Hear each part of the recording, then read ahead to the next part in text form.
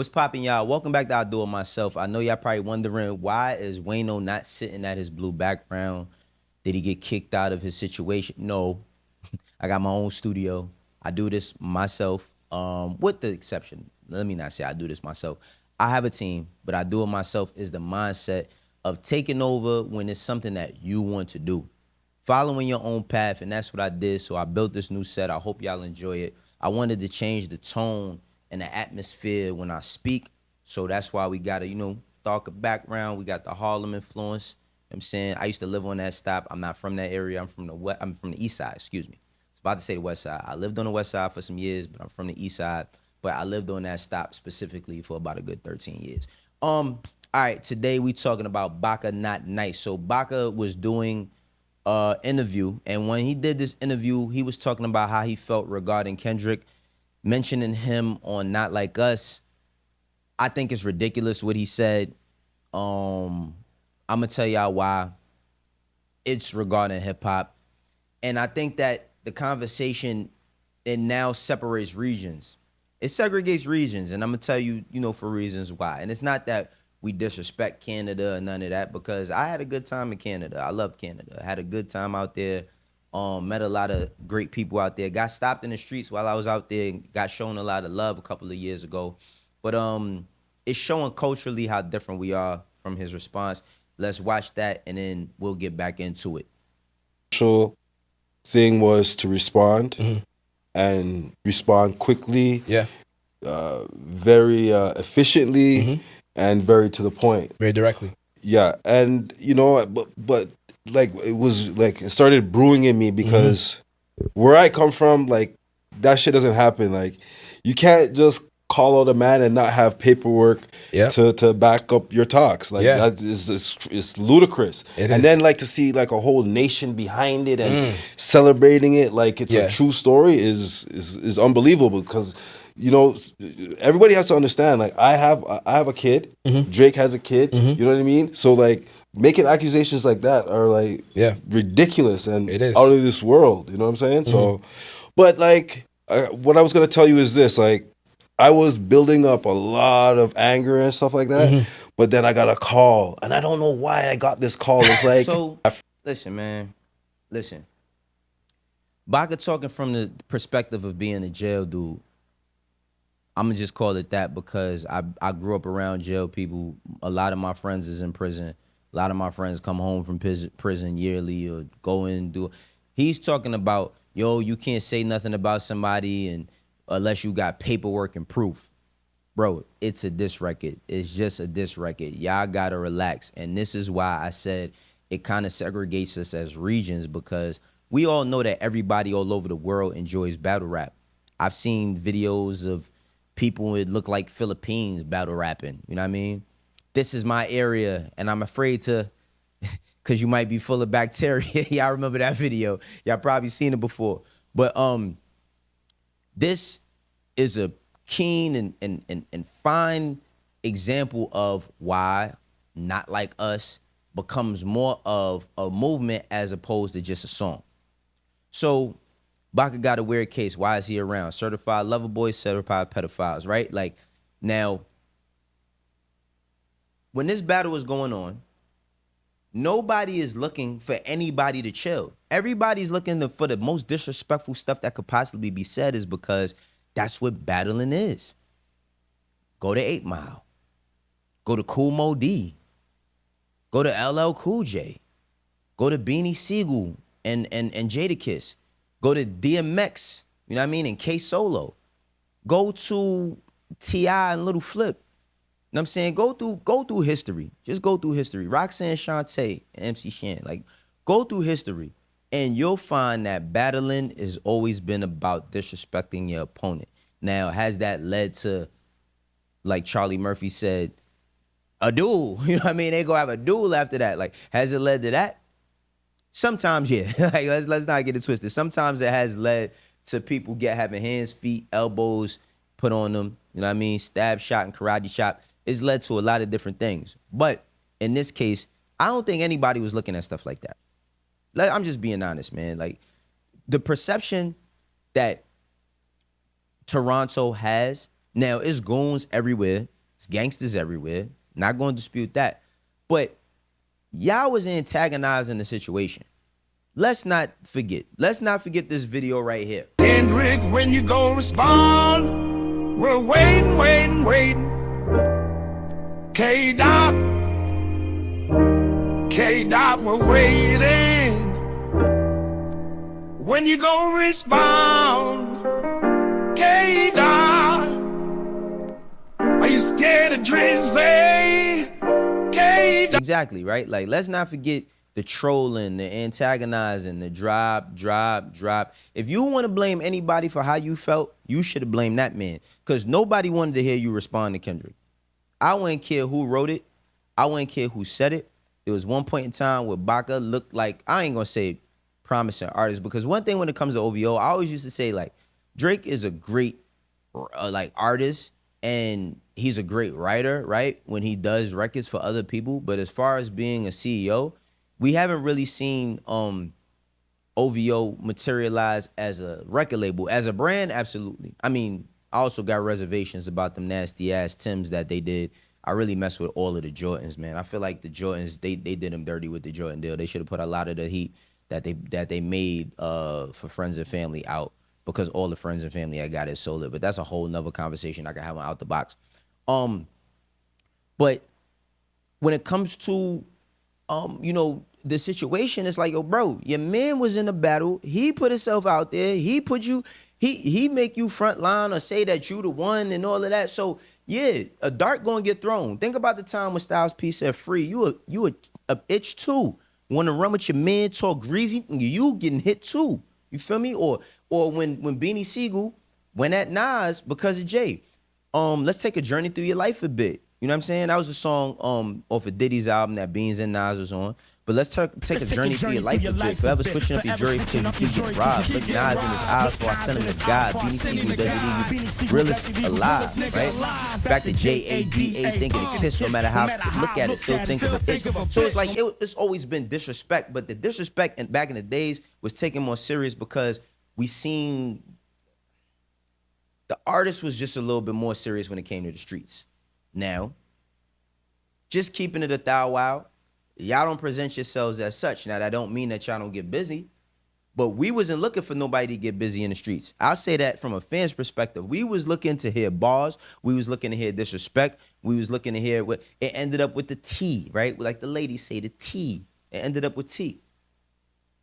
But there's another part of this that Baka talks about, you know, more about how he feels. Let's watch that as well. Or something, but the boy, sorry, it might not have been a call, it might have been a text message, but he messaged me, and he's like, yo, I know what you're feeling, I know you as an individual, and I know how you get down, but I'm just letting you know, like, don't listen to the noise, because it's noise. And if you go back and look at all these people that are saying things or having anything to say, they're not even actual real people, they're like bots. Exactly. So like, don't let that shit bother you, bro. Facts. Like, and you know what? Like, I mean, it's not a good thing, but they're calling your name. You know what I'm saying? And at the end of the day, you know, like, they're gonna get over this crap because they're gonna realize that it's crap, and then they're gonna go do their own research. And when you do your own research, you're gonna be like, wow, this guy made up a whole story about something that isn't even true, and it makes you look weird to me. I don't know. It does. But I want to say one thing to America, and so Baka says, you know, one day people gonna do their own research, and then they're gonna look up, and then they're gonna see that, you know, it just makes him look stupid. Bro, it's only a diss record. Like stop it. It's only a diss record. Like, nobody don't hate you because we don't know you. We don't even know Drake personally. But, you know, he said, do your research, and let's look at some of the stuff that Baka's been alleged of, right? So it says, in 2014, Baka was arrested and charged with forcing a 22-year-old woman into prostitution and taking her money. In 2015, he pleaded guilty to assaulting a woman and an unrelated weapons charge. He was sentenced to 6 months, but since he had already spent 10 months in custody, he was not required to serve any additional time. The woman actually refused to testify, which led to the charges of forcing her into prostitution and human trafficking to be dropped. She was working as an escort and had an on and off relationship with Baka. She moved to Toronto by the time the trial was underway. All right, so look, That's not the reason why it stuck. The reason why it stuck is because it sounded good and it sounded funny and it sounded disrespectful. Baka got a weird case. Why is he around? He put a whole plan together to make a record to dismantle y'all. To dismantle y'all. That's all it was about. It was about causing friction from within. Saying, have you ever thought OVO was working for me? You know what I'm saying? Even for the person who might have not been working for him at all. Y'all said y'all fed him information. So if the information was false on every single accord, why did it come out so strong? It's because the music stuck. That's what it's about, end of the day. It's about if the music is going to stick, if this stuff is fire or not, if people going to like it, if they're going to indulge in it, they're going to dance to it, if they're going to repeat it. And then he's talking about bots. Bro, bots, seriously? Seriously? This is the biggest two generational talents. Whether you like and love, adore Kendrick, or whether you like, love, adore Drake, or you hate the both of them. This was a clash of the fan bases. This was a clash of the conversations. This is something that had been brewing for 10 years. It was like if we would have ever got the Kobe versus LeBron NBA finals.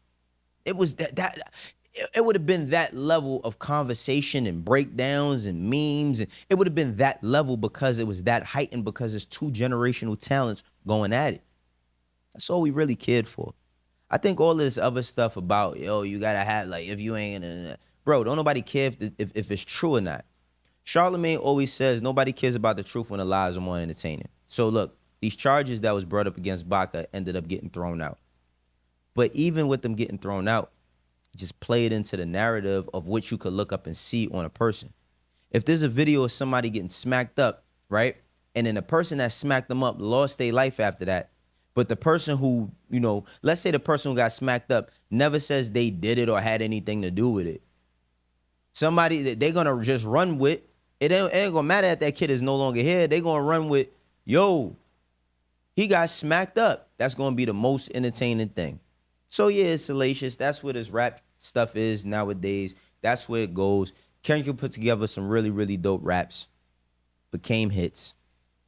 Drake, if Family Matters would have became a hit record, or if a portion of it was a hit record, we would not be having no conversations about you losing, about your kids, which, of course, you know, it's unfortunate that you know things could get so loud that they get to your kids now, but it is what it is. Y'all put yourselves out there. You know what I'm saying? Y'all put yourselves out there for consumption. And when it goes right, it's cool. But when it goes wrong, hey, listen, some things just don't go your way. You feel me? But one thing I'm never going to skip over is the fact that rappers, when they diss each other, have always said the most disrespectful things they could possibly say.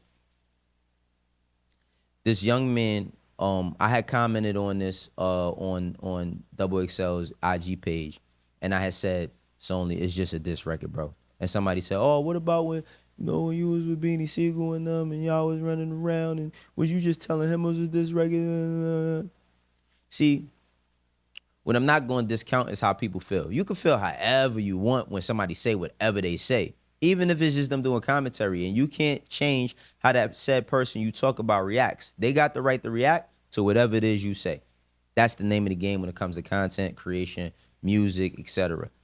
If you say something and you think it's minimal, but I take it max, if I'm on the max, just be ready to deal with me. That's just how things go. So I'm not knocking that, but it's always been that. The thing about the battles when I was younger, wasn't the 90s, right? It was the early 2000s when I got music. But I was around Beanie Siegel when it was like full head on with him and the Locks, with him and D Block. And he was taking a lot on for things that was said towards Jay. He was frontlining, so was the Young Guns. Oskino and Sparks not really on that part. They was talking more so about Nas. I know O had a relationship with Kiss at the time, so that could have been weird for him, right? But we was more so thinking about losing our lives because the Locks had a reputation in the streets based on who was backing them, the Rough Riders. See, the Rough Riders is not just a label. It's a lot of dudes from the streets, from Yonkers, the Bronx, Harlem, Brooklyn. Like, you know what I mean? They was a conglomerate. They was a thing. State Property, while I wouldn't necessarily say that they was that because they was kind of a makeshift group. You had 7 people and they all was from different parts of Philly. Chris and Neef was from the same area, but Neef was from the West as well.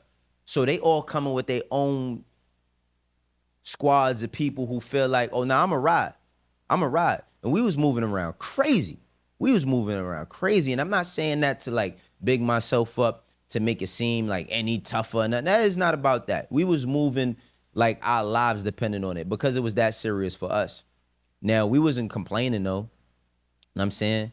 When Styles P said it's about to be 3 dead dogs in the reservoir, Beans wasn't complaining about that. You know what he did? He rapped. He says Styles die on a holiday, Kiss die on a holiday, shots like first of the year when they block like the first of the month. You get shot from the front to the rear, got Glocks in the back of the trunk, got pumps on the back of the seat, young punks on the back of the street, AKs in their hand. That's how he chose to respond.